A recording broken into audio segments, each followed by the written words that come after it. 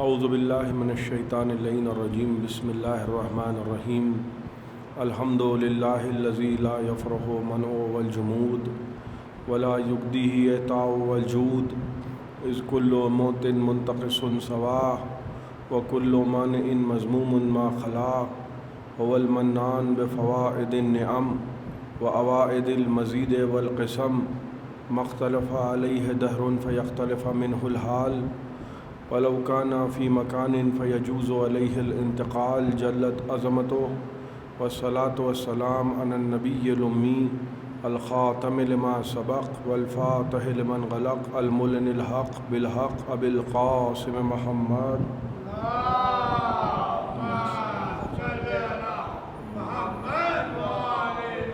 الصلاة والسلام على أهل بيته الطيبين الطاهرين المعصومين المظلومين الذين أذهب الله عنهم الرجس وطهرهم تطهيرا. صلوات پڑھتے محمد.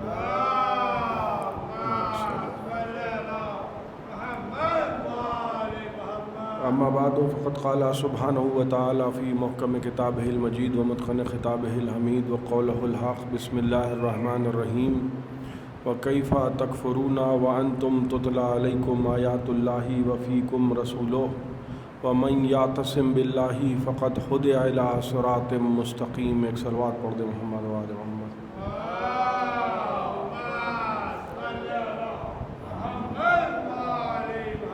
حضرات، قرآن کریم کے جن الفاظ کی تلاوت کا شرف حاصل کر رہا ہوں، ارشاد رب العزت ہے کہ تم کافر کیسے ہو سکتے ہو کہ جب تمہارے درمیان ہماری کتاب اس کی تلاوت بھی کی جا رہی ہے اور تم میں ہمارا رسول بھی موجود ہے.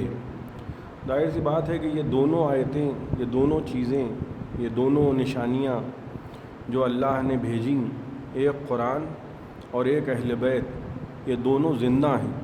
جیسے نبی زندہ ہیں ویسے ہی قرآن بھی زندہ ہے. پانچویں امام محمد باقر علیہ السلام سے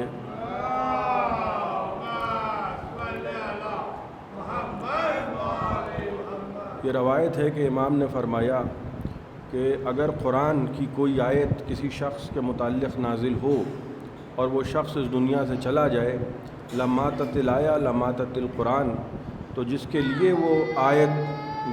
وہ آیت نازل ہوئی ہے وہ شخص بھی مر گیا اور گویا قرآن بھی مر گیا. ولیکن القرآن حی، لیکن قرآن مردہ کتاب نہیں ہے بلکہ قرآن زندہ کتاب ہے. دیکھیے، یہ الگ مسئلہ ہے کہ قرآن کو ہمارے یہاں سے مراد یہ کہ میں عمومی گفتگو کر رہا ہوں، بہت سجا کے رکھا جاتا ہے اور قرآن کو بہترین قرآن اس کو خرید کے لایا جاتا ہے، لیکن اس کو زیادہ تر لوگ اس لیے رکھتے ہیں کہ قرآن گھر میں رکھا رہے اور مزین رکھا رہے، بہترین جانماز ہو، بہترین اس کی پوشش ہو، سب کچھ اچھا ہو. لیکن قرآن جو ہے وہ اس لیے نہیں ہوتا ہے کہ فقط سجا کے رکھا جائے. قرآن اس لیے نہیں ہوتا ہے کہ بیٹی کو جہیز میں قرآن دیا جائے. قرآن اس لیے نہیں ہوتا ہے، یعنی قرآن میں جو قصے اللہ نے نازل کیے ہیں وہ اس لیے نہیں نازل کیے ہیں کہ وہ پڑھ کے بچوں کو سلایا جائے. قرآن سو جانے کی کتاب نہیں ہے بلکہ قرآن جگانے کے لیے آیا ہے. اور قرآن سے جو ہم کو درس و عبرت حاصل کرنا ہے وہ اس لیے حاصل کرنا ہے. قرآن کہہ رہا ہے کہ ہم نے تمہارے درمیان اس قرآن کو اس لیے نازل کیا تاکہ ماضی کو دیکھتے جاؤ اور حال کو سمجھتے جاؤ. ماضی میں جو حالات گزرے ہیں، قرآن میں ایک پرانا اعتراض یہودیوں نے اور عیسائیوں نے جب نبی نے قرآن کو پیش کیا تو لوگوں نے کہا کہ اس میں ہے کیا، اس میں ایسی کون سی خاص بات ہے. اساطیر الاولین، یہ اعتراض کیا گیا. اسطورہ کہتے ہیں عربی زبان میں ایک قصے کو کہ جو حقیقت پہ مبنی نہیں ہوتا ہے، یعنی گویا فیک اسٹوریز. ان کا یہ کہنا تھا کہ یہ جو قرآن آیا ہے یہ سب وہی پرانی باتیں جو تورات میں ہیں، وہی سب باتیں جو زبور میں ہیں، وہی سب باتیں جو انجیل میں ہیں، اس کو اپنے انداز سے کہہ دیا گیا، تھوڑا بہت بدل کے کہہ دیا گیا. تو ان کا اعتراض یہی تھا کہ یہ سب تو پرانے قصے کہانیاں ہیں. ایک طبقہ ایسا بھی ہے جو ہم سے یہ کہتا ہے کہ کوئی نئی بات کہیے، تو اگر کوئی نئی چیز نازل ہو جائے گی تو ہم نئی باتیں کرنا بھی شروع کر دیں گے. قرآن ماضی کے قصے بیان کر رہا ہے اور ہم سے یہ کہہ رہا ہے کہ دیکھو حال کو سمجھتے جاؤ. آج میں آپ کے سامنے جس نبی کا ذکر کرنا چاہتا ہوں اس کا ذکر قرآن میں 29 مقامات پر ہے اور 43 سوروں میں ذکر ہے. ان کا نام ہے جناب نوح علیہ السلام۔ جناب نوح علیہ السلام وہ نبی ہیں کہ جو بعض روایتوں کی بنا پر 1490 برس زندہ رہے اور بعض روایتوں کی بنا پر 2500 سال جناب نوح علیہ السلام زندہ رہے۔ تو 2500 سال جناب نوح زندہ رہے ہیں، یا بعض روایتوں کی بنا پر 1490 برس زندہ رہے ہیں، اور 950 برس جناب نوح علیہ السلام نے تبلیغ کی۔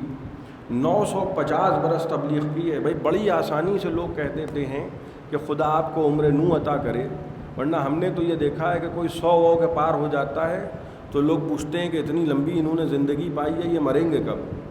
آپ غور کر رہے ہیں؟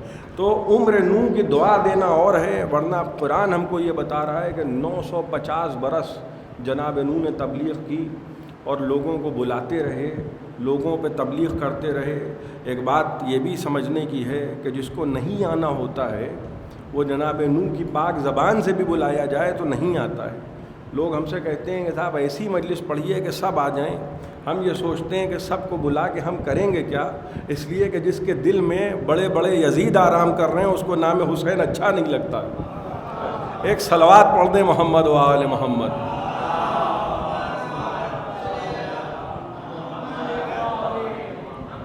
آپ غور کریں، 950 برس جناب نوح نے تبلیغ کی اور پریشان ہو گئے جناب نوح۔ کس طبقے سے پریشان ہو گئے جناب نوح؟ دیکھیے آسان ہے عمر نوح کہ اللہ آپ کو عمر نوح عطا کرے۔ جناب نوح اتنا تھک گئے، کہنے لگے پروردگار 2 راستے ہیں، ایک راستہ تو یہ ہے کہ اس قوم کو اٹھا لے، اور دوسرا راستہ یہ ہے کہ خود مجھے اٹھا لے، اس لیے کہ مسئلہ برداشت کے باہر ہو گیا۔ میں ان کو بلا رہا ہوں اور ان کی حالت یہ ہے۔ دیکھیے ایک طبقہ ایسا ہوتا ہے کہ جو فقط مال کو جو ہے وہ سبب عزت سمجھتا ہے۔ آپ غور فرما رہے ہیں؟ اگر اس کی جیب میں پیسہ ہے تو وہ سمجھتا ہے کہ ہم سے بڑا رضی اللہ کوئی ہو نہیں سکتا۔ جناب نوح علیہ السلام جس زمانے میں مبعوث ہوئے، جناب نوح بلا رہے ہیں۔ قرآن میں سورہ ہود کی آیتیں ہم کو بتا رہی ہیں کہ فقال ملأ الذین کفروا من قومہ ما نراک الا بشرا مثلنا۔ وہ جو مالدار طبقہ تھا اس زمانے میں، جناب نوح علیہ السلام کے زمانے میں، وہ کہنے لگا کہ آپ تو ہم جیسے ہیں، اور ہم آپ میں کوئی ایسی خصوصیت نہیں دیکھتے، آپ کے تو ہاتھ بھی ہمارے جیسے ہیں، آپ کا تو چہرہ بھی ہمارے جیسا ہے۔ وہ جو میں عرض کر رہا تھا نا کہ نبی کو اپنے جیسا سمجھنا یہ کافروں کا طریقہ ہے، ایمان والوں کا طریقہ نہیں ہے۔ کہنے لگے آپ تو ہم جیسے ہیں، اور اگر یہ پیغام اللہ کی طرف سے آیا ہے تو فرشتوں کو لے کے آنا چاہیے تھا۔ یہ آپ ہم جیسے بشر ہیں۔ اب ان کو کیا معلوم کہ خدا نے فرشتوں سے آدم کو سجدہ کرایا ہے، یہ اشرف مخلوقات ہے، اور ان میں اشرف ترین وہ ہے کہ جس کو نبوت کی منزل پہ فائز کیا گیا ہے، جس کو رسالت کی منزل پہ فائز کیا گیا ہے۔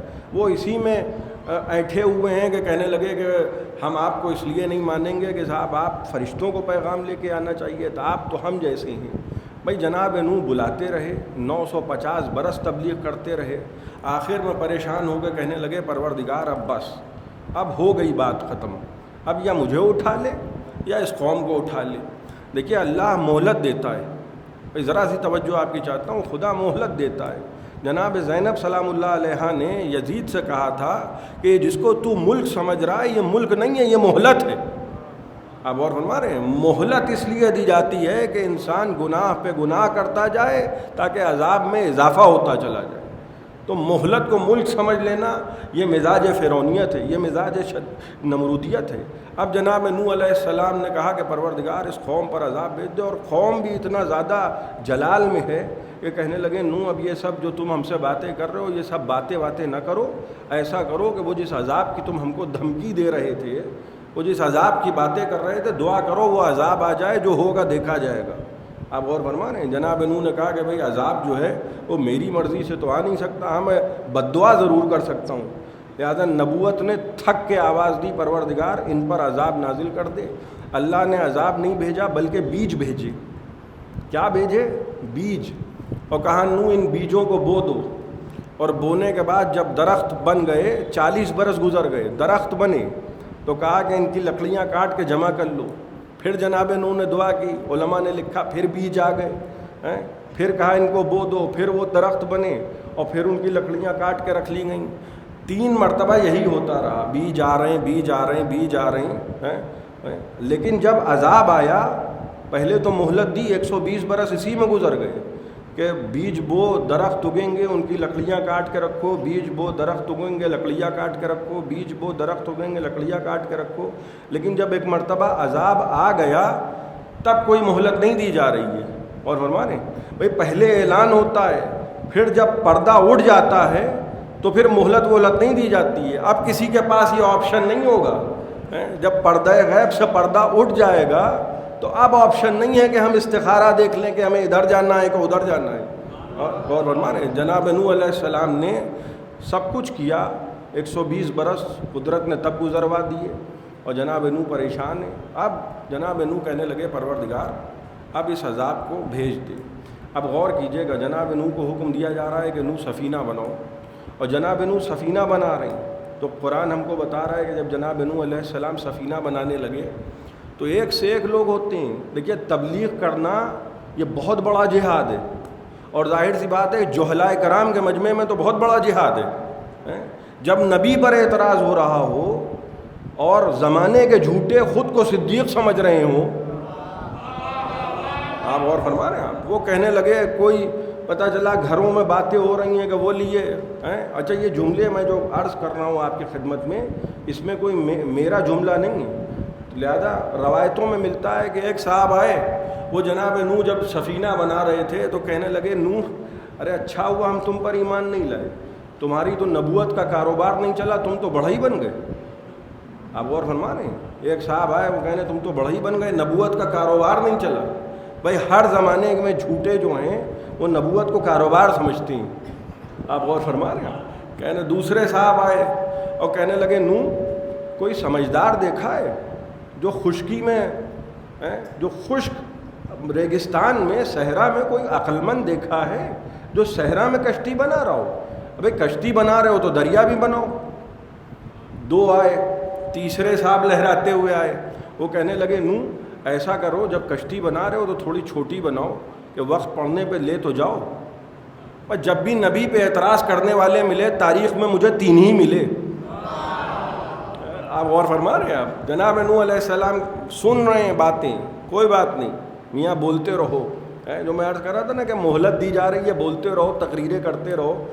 اور ادھر جناب نوح کو حکم دیا جا رہا ہے کہ نوح سفینہ جو بنا رہے ہو یہ سفینہ اپنی مرضی سے نہ بنانا. دیکھیے جناب نوح علیہ السلام ایک بات اور ثابت ہو گئی، بیج بھیجے ہیں نا خدا نے، بیج بھیجے، درخت اگاؤ. عذاب سے بچنے کے لیے جب سفینہ بنے گا اصل وہاں سے آئے گی، اعلان یہاں ہوگا. اور فرما رہے آپ جب جناب نوح علیہ السلام سفینہ بنا رہے تھے حکم ہو رہا ہے کہ دیکھو یہ سفینہ جو تم بنا رہے ہو وہ یہ سفینہ ہماری نگاہوں کے سامنے بناؤ، بے وحینا بے آیوننا و وحینا، یہ ہماری نگاہوں کے سامنے بناؤ اور یہ سفینہ ہماری وحی کے مطابق بناؤ. دیکھیے ایک معمولی سی لکڑی سے بننے والا سفینہ چونکہ عذاب سے بچانے کے لیے بنایا جا رہا ہے تو اللہ کی نگاہوں کے سامنے بن رہا ہے. اور فرما رہے ہیں اور وحی کے مطابق بن رہا ہے. ایک قاعدہ معلوم ہو گیا کہ جب بھی کوئی نبی کسی عذاب سے بچنے کے لیے سفینہ بنائے گا تو امت کے مشورے سے نہیں بنائے گا بلکہ اللہ کی وحی کے مطابق بنائے گا اور اللہ کی نگاہوں کے سامنے بنائے گا. غدیر کا میدان سجا دیا جائے گا، علی کو ہاتھوں پہ اٹھا دیا جائے گا. ایک صلوات پڑھ دیں محمد و آل محمد.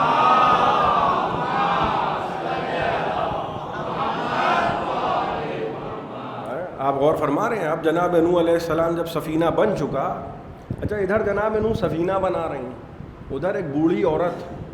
اچھا یہ میں آپ کو حوالہ دے دوں اس کے بعد میں بات شروع کروں. کتاب کا نام ہے مصباح الہدیٰ، علامہ مہدی طیب کی کتاب ہے، ایران سے چھپی ہے، جلد نمبر 1 صفحہ نمبر 58. وہ یہ تحریر فرماتے ہیں کہ جناب نوح علیہ السلام جب سفینہ بنا رہے تھے تو ایک بوڑھی عورت تھی بیچاری، وہ گٹری اٹھاتی تھی اور اٹھا کے چلی آتی تھی. یہاں جناب نوح محنت مشقت کر رہے ہیں، پریشان ہیں، پسینے بہا رہے ہیں.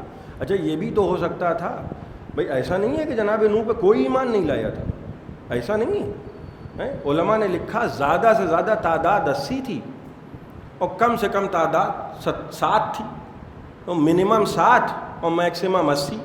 تو 7 تھے تب بھی مدد کر سکتے تھے، اور 80 تھے تب بھی مدد کر سکتے تھے. بھائی تھوڑی بہت تو ہیلپ کی جا سکتی تھی نا. ایسا تو ہے نہیں کہ بھائی وہ کشتی بنائیے, جب بن جائے تو ہم کو بلا لیجیے گا. بھائی یہ تو ہوتا نہیں ہے. اور فرما رہے ہیں آپ بھائی تھوڑا سا آپ بھی تو شریک ہو جائیے. دیکھیے خدا چاہتا نہیں ہے کہ سفینے میں کسی کی شرکت ہو. آپ اور فرما رہے ہیں, اسی لیے تو نبی نے فرمایا ان الحسین مصباح الہدی و سفینۃ النجاہ. آپ اور فرمایا جب جناب نوح علیہ السلام سفینہ بنا رہے ہیں, وہ بوڑھی عورت آ گئی اور گٹھری ہاتھ میں لیے کہنے لگی اللہ کے نوح سفینہ تیار ہو گیا, اللہ کے نبی سفینہ تیار ہو گیا. اور صبح سے شام تک وہیں بیٹھی ہے, وہ سفینہ بنا رہے ہیں, یہ بیٹھی دیکھ رہی ہے. جناب نوح نے کہا کہ بھئی جاؤ, جب سفینہ بن جائے گا تو میں بلا لوں گا. پوری توجہ چاہ رہا ہوں, انشاءاللہ محظوظ ہوں گے آپ. کہنے لگے جاؤ بھائی, جب سفینہ بن جائے گا تب میں بلا لوں گا. اب وہ جائے نا, اب اگلے دن پھر آ گئی, دوسرا دن پھر آئی, تیسرے دن پھر آئی, چوتھے دن پھر آئی. جناب نوح بھی اکتا گئے کہ بھئی یہ کون سا طریقہ ہے. 120 برس تو لکڑیاں جمع کرنے میں گزرے ہیں, یہ 2 دن کا کام تھوڑی ہے سفینہ بنانا. اکیلے محنت مشقت کر رہے ہیں, سفینہ بنا رہے ہیں, روز آ کے بیٹھی جا رہی ہیں. گویا جناب نوح نے جھنجھلا کے کہا کہ بے بزرگ خاتون تم گھر جاؤ, یہ روز آ کے یہاں نہ بیٹھا کرو. جب سفینہ تیار ہو جائے گا تب میں تم کو بلاؤں گا, تب آنا. روز روز آنا یہ مناسب نہیں لگ رہا ہے. اب وہ نبی کے وعدے پہ چلی گئی. آپ اور فرما رہے ہیں نبی کے وعدے پہ چلی گئی. اچھا ہم یہاں کس کے وعدے پہ جمع ہوتے ہیں؟ ہم یہاں کس کے وعدے پہ جمع ہوتے ہیں؟ ایک ماں کا وعدہ ہے نا کہ جنت کی ضمانت ہم لے رہے ہیں, ذہن میں رکھیے گا. جناب نوح نے وعدہ کیا کہ جاؤ, ہم جب آئے گا, جب موقع آئے گا تب بلائیں گے. اب اللہ کی قدرت, ادھر عذاب آ گیا, اور جیسے ہی عذاب آیا, جسے کہتے ہیں کہ وہ ہڑبڑاہٹ اور وہ کیفیت. دیکھیے جناب نوح بھولے نہیں تھے, نبی بھولتا نہیں ہے. اور فرما رہے ہیں جناب نوح کو بھلا دیا گیا من جانب اللہ, بھلا دیا گیا کہ نوح اس بوڑھی عورت کو بلانا بھول گئے. اب کیا بنا ہوگا اس عورت کا, بے خدا بہتر جانے. آپ غور کریں. اب جو ایک صلوات پڑھ دیں محمد و آل محمد.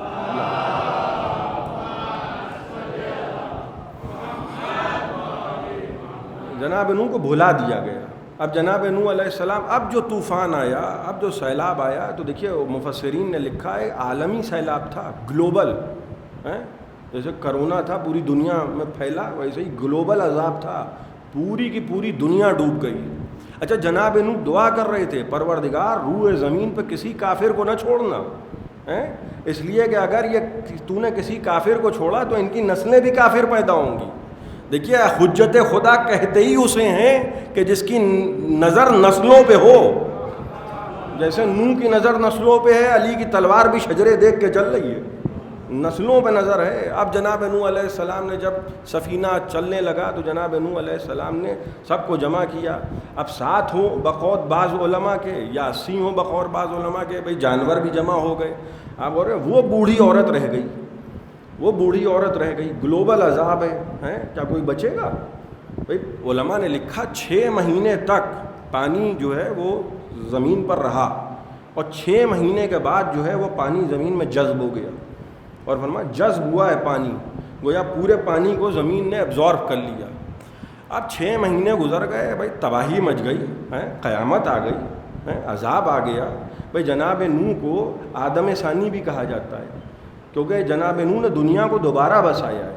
اور فرما رہے ہیں آپ سب کچھ برباد ہو گیا. اب ایک روز جناب نوح کا خیال آیا کہ بھئی ذرا چلا جائے, ماحول دیکھا جائے, جہاں سے عذاب چلا تھا وہاں دیکھیں. تو اب یہ محبت ہے جناب نوح کے دل میں شہر کی کہ بھئی جہاں سے چلے تھے وہاں کی ذرا بھی تو حالات دیکھے جائیں, کیا ہے کیا نہیں ہے. اب ذرا سا مختلف مقامات پر پہنچ رہے ہیں, ارے یہ بھی برباد ہو گیا, اچھا وہ بھی تباہ ہو گیا, اچھا یہ بھی گیا, وہ بھی گیا. وہیں جناب نوح نے دیکھا کہ ایک جھوپڑی ہے, اور اس جھوپڑی میں, جھوپڑی سلامت ہے.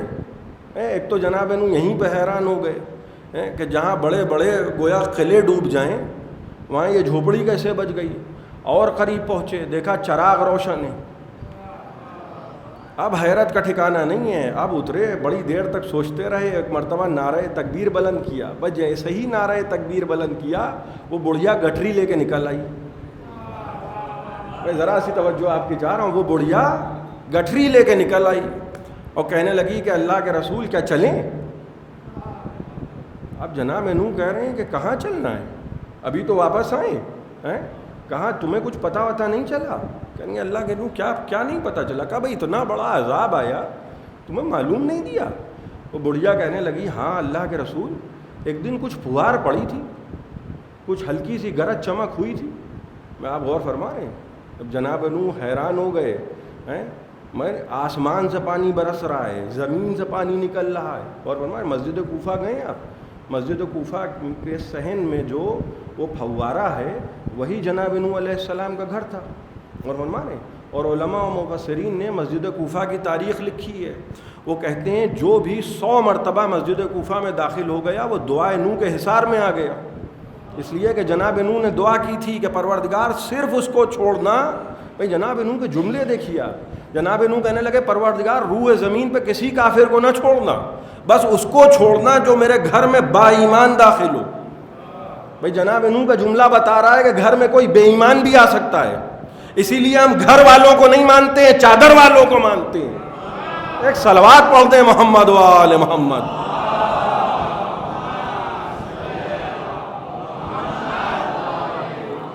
آپ غور فرما رہے ہیں؟ اب جناب نوح علیہ السلام کہنے لگے کہ بھئی تم کو کچھ نہیں پتہ چلا، یہ تو عجیب مسئلہ ہے، اتنا بڑا عذاب آیا، تم کہہ رہی ہو پھوار پڑی ہے، کچھ ہلکی سی گرج چمک ہوئی ہے، دست دعا بلند کی ہے۔ کہنے لگے پروردگار یہ کیا ماجرا ہے، میری تو کچھ سمجھ میں نہیں آ رہا، اتنا بڑا عذاب، اور یہ مسمات جو ہیں یہ گٹھری لیے کھڑی ہیں، اپنی کٹیا میں سکون سے بیٹھی رہیں، سب کچھ ڈوب گیا، ان تک عذاب کا پانی نہیں پہنچا۔ آواز قدرت آئی نوح کیونکہ اس کے دل میں تمہاری محبت ہے۔ آپ غور فرما رہے ہیں؟ کیونکہ اس بڑھیا کے دل میں تمہاری محبت ہے اور تم نے اس سے وعدہ کیا تھا کہ تم اس کو سفینے میں بٹھاؤ گے، ہم نے تم کو وعدہ بھلا دیا لیکن تمہارا وعدہ ہم کو یاد رہا۔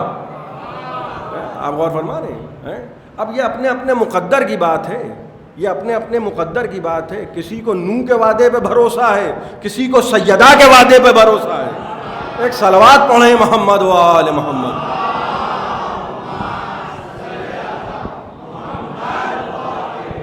لیکن چوتھے امام نے فرمایا کہ یہ حدیث، یہ جو واقعہ ہے یہ ہمارے شیعوں تک پہنچا دو۔ کیوں پہنچا دو ہمارے شیعوں تک؟ اور ان کو یہ بتا دو کہ جیسے اس بوڑھی خاتون تک جناب نوح کے زمانے میں عذاب کا پانی نہیں پہنچا تھا، ویسے ہی قیامت کے دن عذاب آئے گا ضرور، لیکن جیسے اس بڑھیا کو معلوم نہ دیا ہمارے شیعوں کو معلوم نہ دے گا۔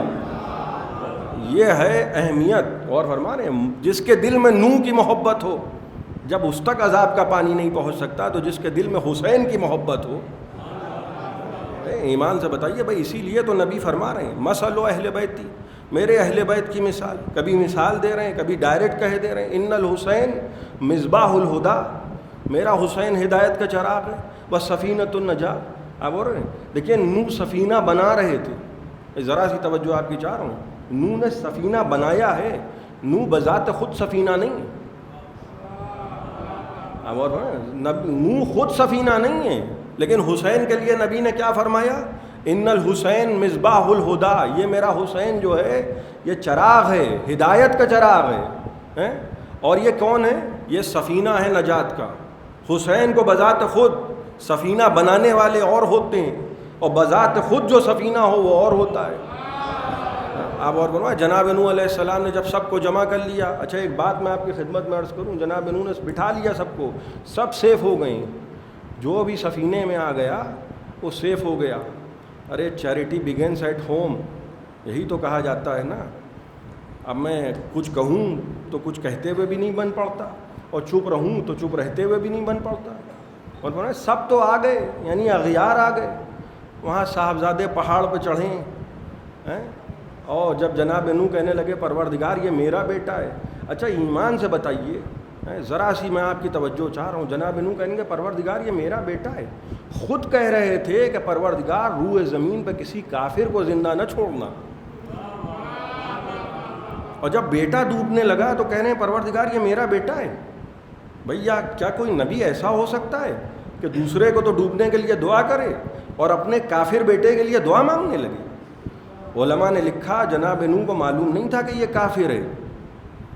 بھائی ذرا سی توجہ آپ کی چاہ رہا ہوں، نوح کے سامنے وہ لبادہ اوڑھے تھا ایمان کا، کیسے پتہ چلا کہ کافر ہے؟ پہاڑ پہ چڑھ گیا، جب جناب نوح نے کہا آؤ تو کہنے لگا نہیں، آپ میری وجہ سے جوش میں نہ آئیں، میری وجہ سے جوش میں نہ آئے۔ قدرت نے کہا، کہنے کا پروردگار یہ میرا بیٹا ہے۔ کہا یہ تو نہیں کہا کہ بیٹا تمہارا نہیں ہے، بھئی یہ تو ممکن نہیں ہے، صلبی بیٹا ہے، یہ تو کہہ نہیں سکتا خدا کہ تمہارا بیٹا نہیں ہے، بس یہ بتا دیا کہ یہ نااہل ہے۔ بھئی اسی روز ہمیں معلوم ہو گیا کہ چاہے کوئی بھی ہو، نبی کو چھوڑ کے پہاڑ پہ چڑھ جائے نااہل ہوتا ہے۔ ایک صلوات پڑھ دیں محمد و آل محمد۔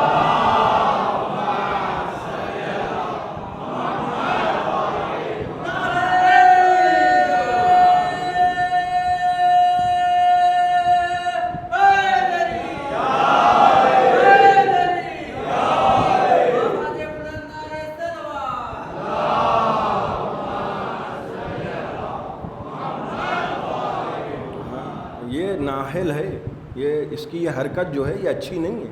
اور اگر نوح کا بیٹا بھی ہو اور حجت خدا کو چھوڑ کے پہاڑ پہ چڑھ جائے، آپ اور فرما رہے ہیں، نوح کا بیٹا اور جس کے شجرے کا پتہ نہ ہو،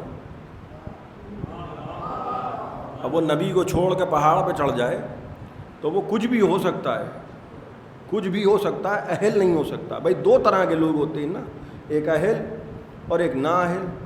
اس کے لیے کہہ دیا، اعلان کر دیا کہ یہ نااہل ہے، پہاڑی کا واقعہ ہے، یہ پہاڑ پہ چڑھ گیا، یہ نااہل ہے۔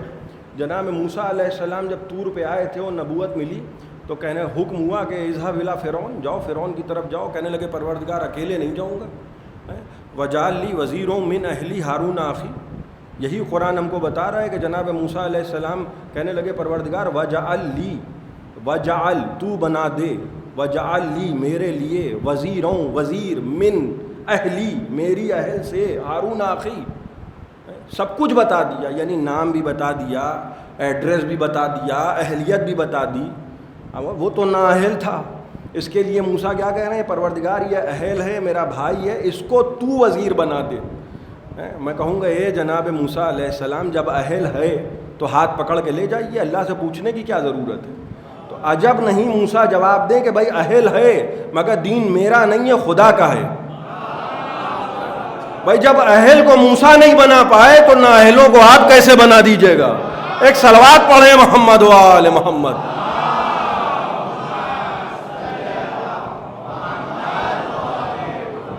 اب ذرا سفینے کی طرف پلٹتے ہیں۔ اب جب سفینہ چل رہا ہے تو دیکھیے سفینہ جو ہے وہ کنٹرول میں نہیں ہے، جناب نوح کے کنٹرول میں نہیں ہے سفینہ۔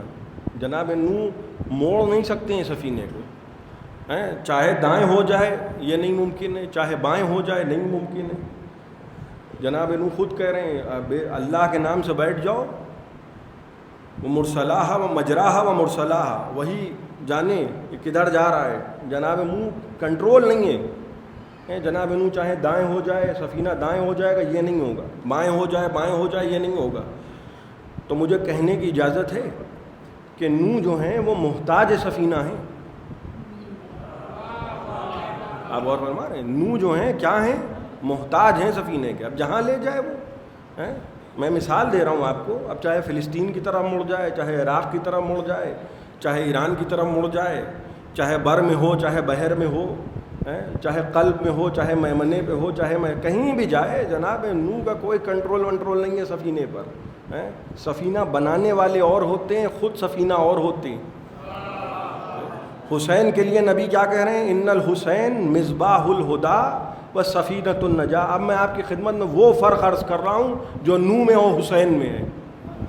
نوح محتاج سفینہ ہیں، ایک مرتبہ لوگوں کو بٹھا لیا، اب سفینہ جب ٹھہرے گا تب ٹھہرے گا، نوح کی مرضی سے سفینہ نہیں چلے گا۔ مگر حسین محتاج نہیں ہے، حسین ہے مختار سفینہ۔ میرے پاس دلیل کیا ہے اپنی بات کی کہ حسین محتاج سفینہ نہیں ہے، مختار سفینہ ہے؟ دیکھیے جہاں سے سفینہ چلا اور جہاں پہ سفینہ رکا، نوح کا کوئی اختیار نہیں ہے سفینے پر، مگر حسین کا اختیار ایسا ہے جب سفینہ چلا کوئی فطرس بن کے آ گیا، جب رکا کوئی حر بن کے آ گیا۔ ایک صلوات پڑھ دے محمد و آل محمد۔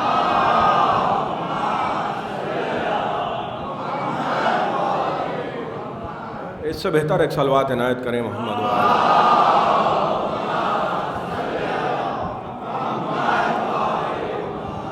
یہ ہیں حسین ابن علی جو مختار سفینہ ہے، وہاں آسمان سے بھی چلا آ رہا ہے۔ فطرس میں سپریم کورٹ سے مقدمہ ہارنے کے بعد بھی کہیں جانے کی گنجائش ہوتی ہے کہ گھر بیٹھ جائیے، کیوں؟ کیونکہ سپریم کورٹ سے آپ کو شکست ملی ہے۔ سب سے بڑی عدالت سے جب آپ شکست پا جائیں تو کہیں آپ جا نہیں سکتی ہیں، ہاں وہیں جا سکتی ہیں کہ ری اپیل ہو رہی ہے، لیکن آپ کسی نچلی عدالت میں جا کے اپیل نہیں کر سکتی ہیں۔ فطرس کو سزا ملی تھی وہاں سے، آپ غور فرما رہے ہیں؟ اب فطرس کہاں آ رہا ہے؟ اچھا دیکھیے، فرشتے اور ہوتے ہیں، ہم اور ہوتے ہیں۔ ہم اپنی مرضی کے مالک ہیں، فرشتے خدا کی مرضی کے تابع۔ اگر فرشتے اپنی مرضی سے لاتے وہ لا نہیں سکتے۔ بھئی سورہ دہر ہم کو یہ بتا رہا ہے کہ فرشتے آل محمد کے دروازے پہ بھیک مانگتے تھے۔ قرآن فضائل بیان کر رہا ہے، میں روایتیں آپ کو نہیں سنا رہا ہوں۔ یطعمون الطعام علی حبہ مسکینا و یتیما و اسیرا، اللہ یہ ہم تم کو جو کھلا رہے ہیں وہ مسکین بن کے آتے تھے، وہ فقیر بن کے آتے تھے، وہ اسیر بن کے آتے تھے۔ فرشتوں نے ادب سکھایا کہ دیکھو جب در آل محمد پہ آنا تو مانگنے کا سلیقہ بھی ہے، علیہ السلام بن کے نہ آنا، مسکین بن کے آنا، یتیم بن کے آنا، اسیر بن کے آنا۔ اور یہاں سے روٹیاں جا رہی ہیں عرش پر، کیا خدا کی قسم ہے، آپ ایک میزان لے کے تولیں، یہاں سے روٹیاں وہاں جا رہی ہیں، وہ بن گئیں تبرک، وہاں سے آیتیں یہاں آ رہی ہیں، وہ بن گئی قصیدہ۔ ایسا ہے یہ دروازہ، ایک وہاں سے فرشتے آ رہے ہیں۔ اب فطرس کے جب بالوں پر چھنے تو پڑا رہا، مدتوں پڑا رہا۔ فطرس نے بھی وہی خطا کی تھی۔ کیا خطا کی تھی؟ کہ ذرا سا جو ہے معاذ اللہ کہنا نہیں چاہیے، وہ جو کل میں ابلیس کا ذکر کر رہا تھا، فطرس نے بھی سوچا کہ عرش کو ناپ لوں اپنے بالوں پر سے۔ ایک مرتبہ بالوں پر چھین لیا گیا، پڑا ہے کسی وادی میں، وہیں آسمانوں میں، بھائی بہت سی وادیاں ہیں نا، آسمانوں میں بھی وادیاں ہیں۔ اور فرما رہے ہیں ہم نے چاند پہ قدم رکھ دیے مگر زمین پہ چلنا نہیں سیکھا۔ آپ غور فرما رہے ہیں، وہاں بڑی وادیاں ہیں۔ اب جب تیسری شعبان آئی تو فرشتوں کے ہجوم چل رہے ہیں، اور فطرس نے کہا بھائی ہم کو بھی لے چلو۔ تو بھائی یہ تو ممکن نہیں ہے کہ فرشتے اپنی مرضی کے تابع ہوں۔ خدا چاہتا ہے کہ فرشتے وہاں سے گزریں اور در حسین پہ لے آئیں۔ اور در حسین پہ جب لے کر آئے تو فطرس نے حسین سے اپنے آپ کو مس نہیں کیا، فطرس نے گہوارے سے مس کیا۔ اگر حسین سے مس ہوتے تو زمانہ آج ہم سے کہتا کہ اب تو حسین ہے نہیں، تب حسین تھے، تب سیدنا حسین تھے، تو فطرس کو شفا مل گئی۔ اب آپ کربلا کیوں جا رہے ہیں؟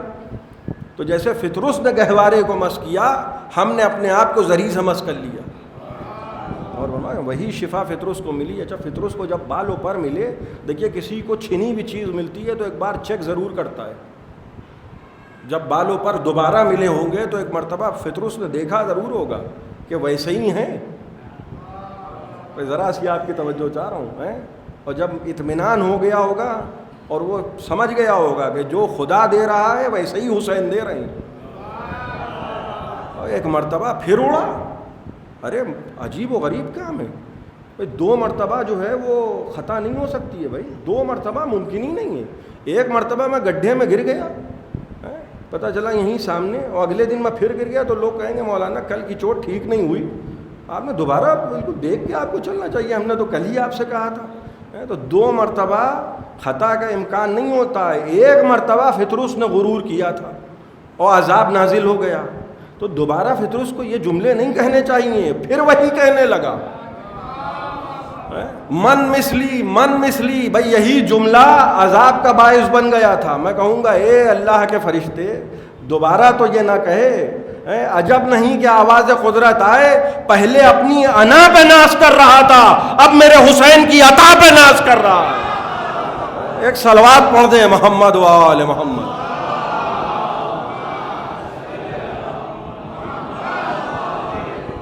انا پہ ناز اور ہوتا ہے، عطا پہ ناز اور ہوتا ہے۔ دیکھیے دو طرح کے خطا کار ہوتے ہیں، یاد رکھیے گا۔ اللہ کا گناہ گار تھا فطرس جو تھا وہ بندوں کا گناہ گار ہی نہیں تھا۔ یہ کمال کی بات ہے۔ میں عرض کر رہا ہوں نا کہ ہمارے یہاں امام حجت خدا اس کو مانا جاتا ہے جو اللہ کی مرضی کا نمائندہ ہوتا ہے۔ جو حر سے حسین ابن علی نے کہا ہے کہ میں نے معاف کیا، میرے خدا نے معاف کیا، یہ حسین اللہ کی مرضی کیسے بتا رہی ہیں؟ کیونکہ اللہ کی مرضی کے نمائندے ہیں حسین، یعنی حسین کو دیکھتے جائیے اور اللہ کی مرضی کو سمجھتے جائیے۔ اور رضی اللہ اور ہوتے ہیں، مرضات اللہ اور ہوتے ہیں۔ یہ میں نے آپ کی خدمت میں کچھ عرض کر دیا۔ اور فرمانے وہاں سے فرشتہ آ رہا ہے، بھائی اللہ کا گناہ گار ہے تو بندے کے پاس کیوں آ رہا ہے؟ اللہ معاف کرے، ہونا تو یہی چاہیے، خدا معاف کرے۔ اچھا مجھے آپ نے صورت میں بلایا اور میں نے یہاں کسی صاحب کے گھر میں گھس کے چوری کر لی، آپ غور کیجئے گا، حالانکہ میں ایسا ہوں نہیں، لیکن اگر خدا نخواستہ میں نے کسی صاحب کے گھر میں چوری کر لی اور وہ تو کہہ رہے ہیں کہ بھئی میرا مال واپس کیجئے، اور میرا عالم یہ ہے کہ میں مصلی سے اٹھ ہی نہیں رہا ہوں، اور فرما رہے ہیں مصلی سے میں نہیں اٹھ رہا ہوں، مسجد ہی سے باہر نہیں نکل رہے ہیں، اللہ اللہ اللہ اللہ کر رہے ہیں، تو دیکھیے میں لاکھ اللہ اللہ کروں، اب میں پتہ چلا پہنچا روزے محشر، کہا بھئی وہ جس کے گھر میں چوری کی تھی اس نے تمہیں معاف کیا؟ آپ اور فرما رہے ہیں، کہا بھئی میں نے تو معافی مانگی نہیں، میں تو تجھ سے پروردگار معافی مانگ رہا تھا۔ تو بندے کے اگر گناہ گار ہیں تو اصول یہ کہتا ہے کہ پہلے آپ کو وہ بندہ معاف کرے، پھر خدا معاف کرے گا، اور اگر آپ خدا کے گناہ گار ہیں تو خدا آپ کو معاف کرے۔ بھائی بندے سے معافی مانگنے، کوئی بے نمازی ہے وہ مجھ سے معافی مانگ کے کیا کرے گا؟ بھائی میں کر کیا سکتا ہوں؟ آپ کہیے بھائی میں نے ظہر کی نماز چھوڑ دی اور آپ مجھے معاف کر دیے تو میں کیوں اپنی گردن پھنساؤں گا؟ آپ غور کریں، بھائی میں کہوں گا بھائی آپ خدا کے گناہ گار ہیں، خدا سے معافی مانگیے، مجھے کیوں پھنسا رہے ہیں؟ اور پتہ چلا مجرم میرے ہیں اور منہ پیٹ رہے ہیں خانہ کعبہ کے غلاف پکڑ کے کہ پروردگار تو معاف کر دے۔ بھائی جب میں نے ہی معاف نہیں کیا، اب یہیں سے آپ کی بیدار سماعتوں کے لیے جملہ عرض کر رہا ہوں، آپ لاکھ کہیے رضی اللہ، یہ دیکھیے کہ سیدہ نے معاف کیا کہ نہیں۔ ایک صلوات پڑھ دیں محمد و آل محمد۔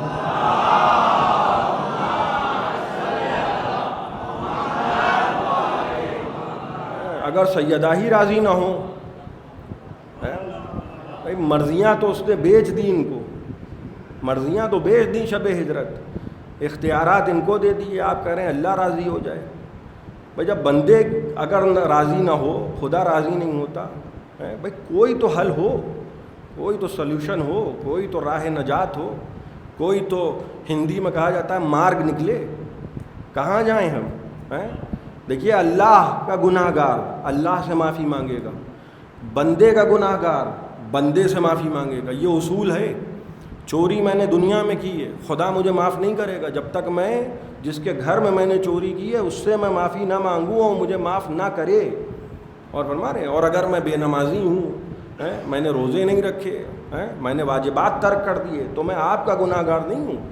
آپ میرے اوپر دنیا کی عدالت میں مقدمہ دائر نہیں کر سکتے، میں آپ کا گناہ گار نہیں ہوں، میں خدا کا گناہ گار ہوں۔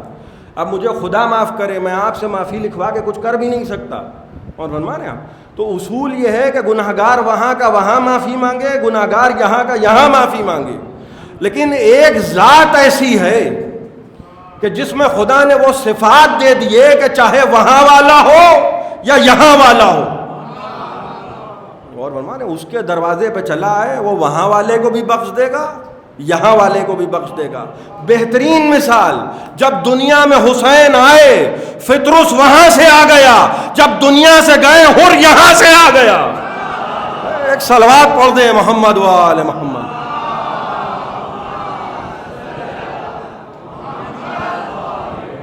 اور حسین نے کیا جملہ کہا جب حر آئے اور حر نے قدموں پہ سر رکھ دیا؟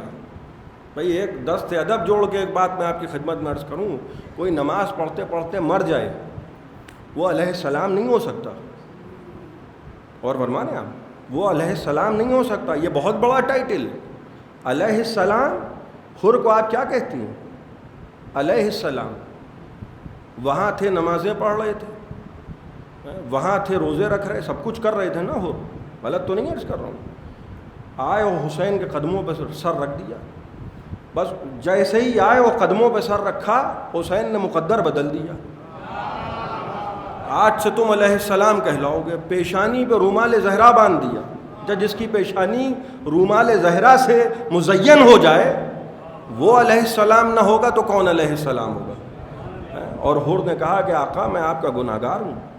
کہنے لگے حر، اب دیکھیے وہی جملے، اور میں نے معاف کیا اور میرے خدا نے معاف کیا۔ یہ جملے کون کہہ رہا ہے؟ یہ وہ کہہ سکتا ہے جو اللہ کی مرضی کا نمائندہ ہو۔ جیسے جناب یوسف کے بھائی آئے جناب یوسف کے پاس، اور جناب یوسف نے کہا کہ لا تثریب علیکم اليوم، جاؤ میں نے معاف کیا تو میرے خدا نے معاف کیا۔ یہ جملے بتا رہے ہیں کہ یوسف اللہ کی مرضی کے نمائندے ہیں۔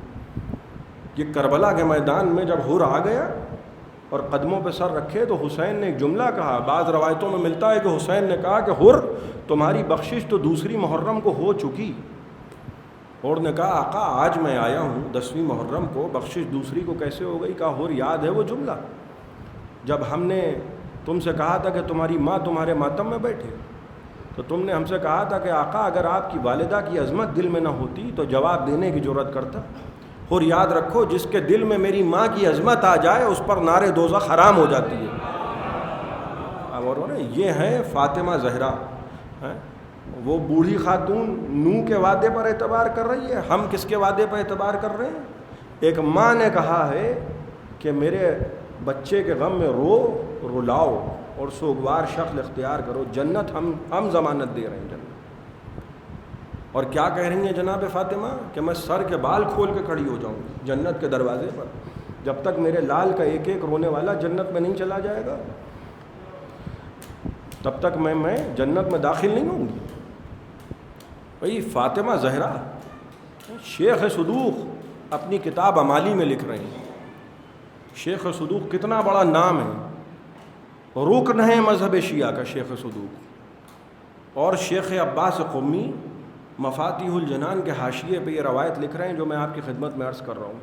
یہ دونوں جید و کبار علماء ہمارے مذہب کے ہیں، خصوصاً شیخ صدوق اپنی کتاب امالی میں اس واقعے کو لکھ رہے ہیں۔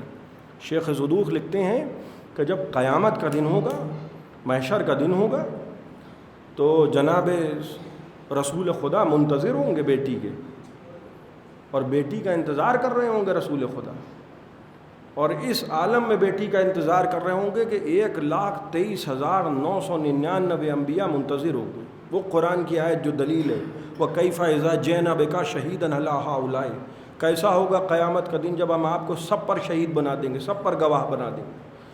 اور اس روز شیخ صدوق اپنی کتاب امالی میں لکھ رہے ہیں کہ جناب سیدہ کی سواری آئے گی، اور اس شان سے سواری آئے گی کہ ایک طرف مریم ہے، ایک طرف سارہ ہیں، آگے آگے جناب آسیہ ہیں، اور بڑی ہی شان سے سواری آئے گی، اور ایک منادی ندا دے گا، اے اہل محشر غطوا ابصارکم، اے اہل محشر اپنی نگاہیں جھکا لو، اس لیے کہ رسول کی بیٹی کی سواری آ رہی ہے۔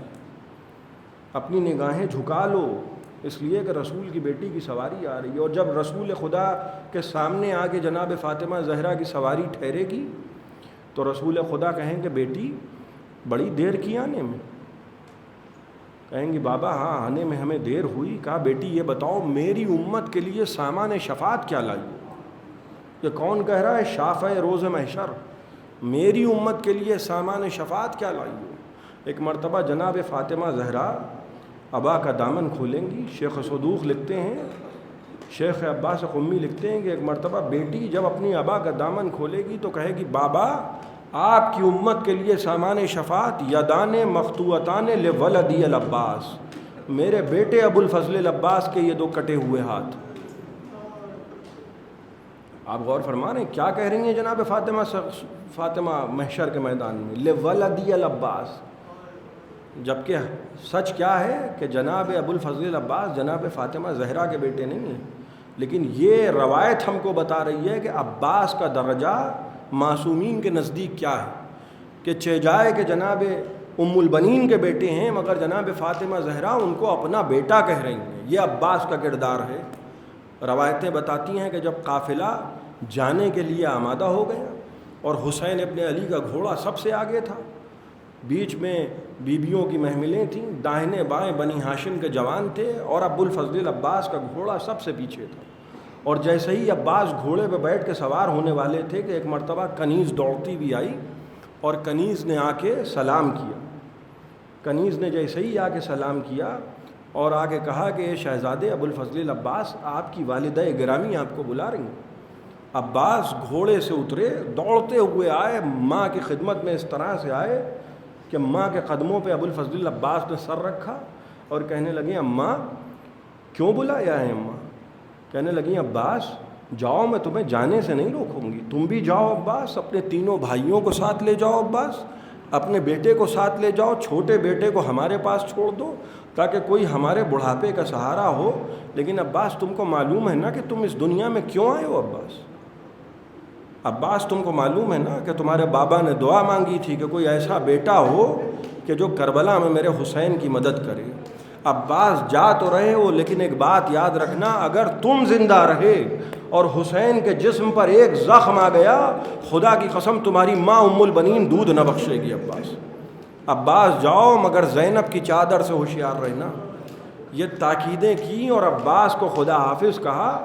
عباس گئے اور بڑا یقین ہے جناب ام البنین کو، خدا کی قسم کسی ماں کو اپنی اولاد پہ اتنا یقین نہ ہوگا جتنا عباس کی ماں کو عباس پہ ہے، اس لیے کہ شیخ عباس قمی اسی مفاتیح الجنان میں جناب ام البنین جناب عباس کی والدہ کے شعر لکھتے ہیں۔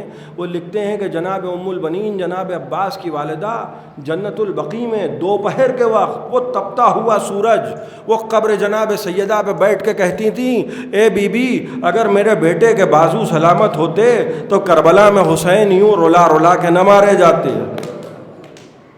بڑا یقین ہے، بڑا اعتبار ہے۔ 20ویں محرم کو ایک روز والی مدینہ نے اعلان کیا مدینے والوں کربلا میں حسین مارے گئے۔ بس جیسے ہی اس نے یہ اعلان کیا، ابھی وہ اعلان کر رہا تھا کہ کربلا میں حسین مارے گئے، وہ کہتا ہے کہ میں نے دیکھا کہ مستورات کے مجمع سے ایک بلند قامت بی بی اٹھ کے کھڑی ہوئی اور مجمع کو چیرتے ہوئے آگے آئی، خلون طریق خلون طریق، مجھے راستہ دو مجھے راستہ دو۔ ایک مرتبہ ممبر کے قریب آ کے کہنے لگیں کہ والی مدینہ یہ بتا، یہ جو تو نے ابھی اعلان کیا کہ کربلا میں حسین مارے گئے، عباس کہاں تھا؟